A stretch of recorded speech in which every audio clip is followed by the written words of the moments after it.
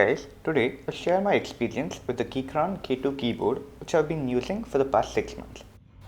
Coming to the brand, Keychron is a mechanical keyboard manufacturing company which has grabbed a lot of eyeballs in the past few years.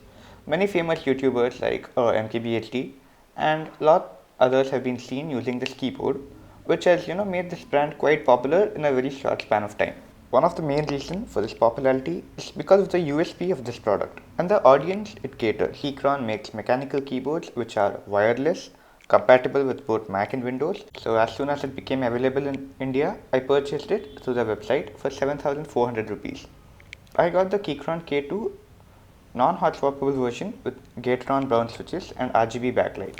I know this is a very expensive keyboard when considering the general keyboard market, but I was shocked to find out it was actually a good price for a mechanical and wireless keyboard which was compatible with Mac. I'll talk about the 4 key things in this video. Number 1 is the sound test.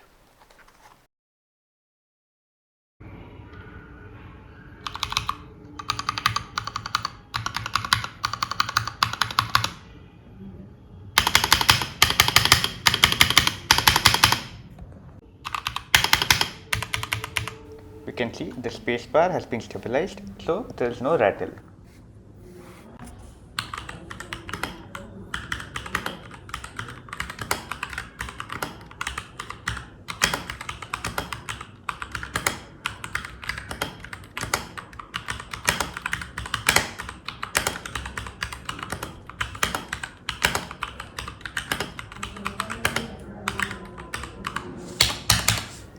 Now coming to the lighting modes, it has around 12 modes with 4 different brightness options.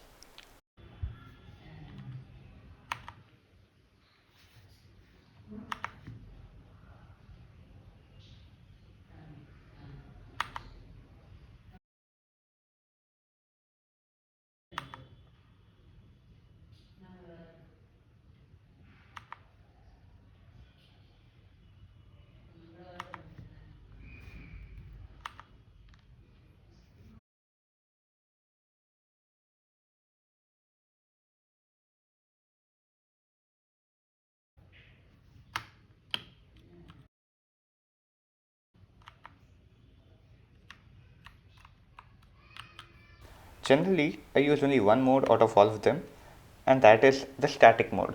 By holding the function and arrow keys, we can change the colors of the static light, and this is my favorite mode.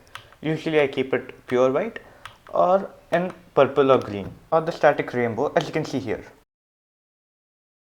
Now coming to the switch, I had gone with the gateron browns, so I'm not any switch expert. I had heard that the blue switches are clicky and the red is tactile and brown is an intermediate switch, and hence went with the brown.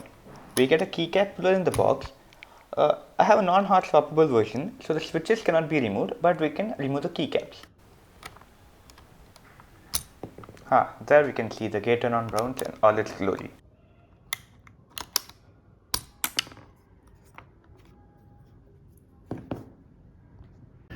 Yeah, let me change the backlight to white for proper visibility.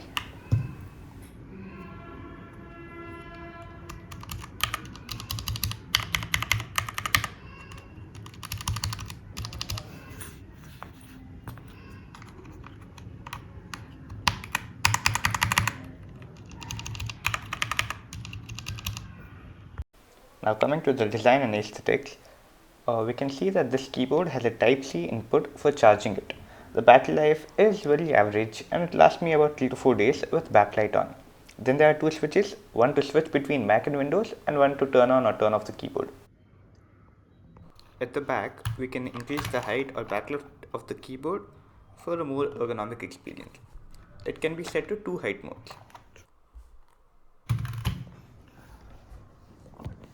This gives a lot of elevation. If you like it that way, you can set it to this, or there's another mode which, oh god, yeah, this is the proper elevation. I like it this way. Now coming to an important part of the video which many people have not talked about. Don't get me wrong, this is a good keyboard, but it's nowhere near perfect. The keyboard is very tall and the base itself is about 2 centimeters high. This makes it very difficult to type on this keyboard without any palm rest. And the official one costs around 2k. So I have purchased that and it will arrive soon and I'll make a video on that and give you my verdict. But if you feel it's too expensive, then you can use a cloth or napkin as wish list. I did that for the first 6 months and it turned out to be pretty good. Also, the battery life is okayish and the Bluetooth connection is very unstable at times as it randomly disconnects. So these are my closing thoughts. Hope you like this video. Do subscribe to the channel to make sure you don't miss out the wooden palm list video, which I'll be uploading soon.